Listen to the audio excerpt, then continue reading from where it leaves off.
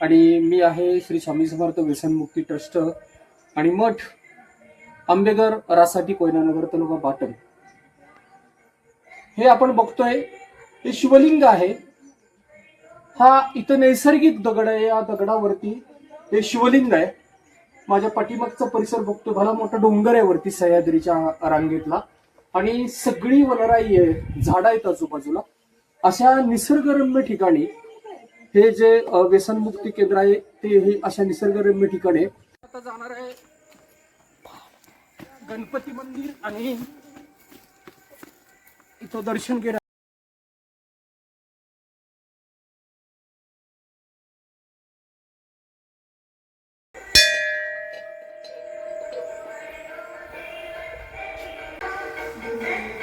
ओम नमो गणपते नमः.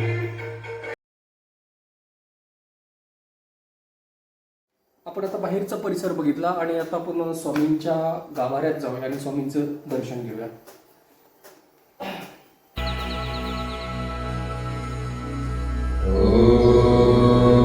श्री स्वामी समर्थ. हे असं महाराष्ट्रातलं एक आध्यात्मिक ठिकाण आहे. इथं आल्यानंतर लोकांना एक प्रसन्नता मिळते, जगण्याचा आनंद मिळतो, सोबत स्वामींचं दर्शन होतं. इथला जो होरा आहे, इथला जो आनंद आहे तो खूप म्हणजे शब्दात मांडता येणार नाही एवढा भारी आहे. तर हे ठिकाण असं आहे की आपण आतापर्यंत बऱ्याच व्हिडिओमध्ये बघितलंय की श्री स्वामी समर्थ व्यसनमुक्ती ट्रस्ट मठ आंबेघर रासाठी कोयनानगर. इथं महाराष्ट्राच्या कानाकोपऱ्यातून आणि महाराष्ट्राबाहेरून खूप भाविक भक्त येतात आणि असे पण काही भक्त येतात की जे पूर्णपणे व्यसनाच्या अधीन गेलेले आहेत आणि त्यांना व्यसनमुक्त व्हावं आणि जीवन सुजलाम सुफलाम व्हावं यासाठी इथं खूप लोक येतात. इथं आलेल्या खूप भाविक भक्तांचे अनुभव आहेत जे आम्ही स्वतः त्यांच्या समोर त्यांचे व्हिडिओ केलेले आहेत किंवा त्यांची मुलाखत घेतलेली आहे. त्या मुलाखतीत आपण ऐकत असताना अंगावर अक्षरशः काटा येतो की एक आध्यात्मिक शक्ती एवढी पॉवरफुल असते, एवढा त्याचा लाभ होतो की अखंड माणूस व्यसनाधीन झालेला असतो. तो व्यसनातून व्यसनमुक्त होऊन त्याचं कुटुंब, त्याचा घर, त्याचा परिवार आणि तो माणूस म्हणून जगण्यास लायक होतो. असं हे ठिकाण आहे. आणि इथं नाना असतात. नाना अक्कलकोटला गेलेले आहेत स्वामींच्या दर्शनासाठी. आज सोमवार आहे तर मी सहज आलो, जाता जाता येऊया म्हटलं.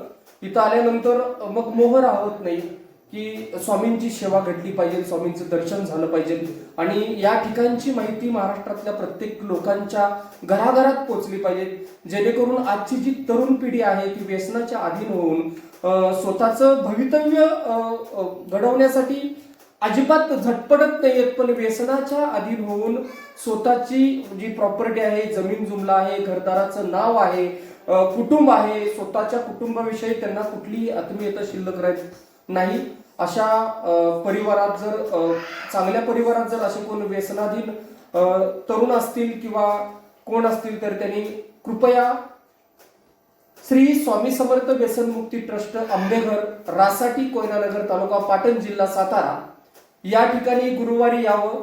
गुरुवारी इथं खूप मोठा मेळा असतो.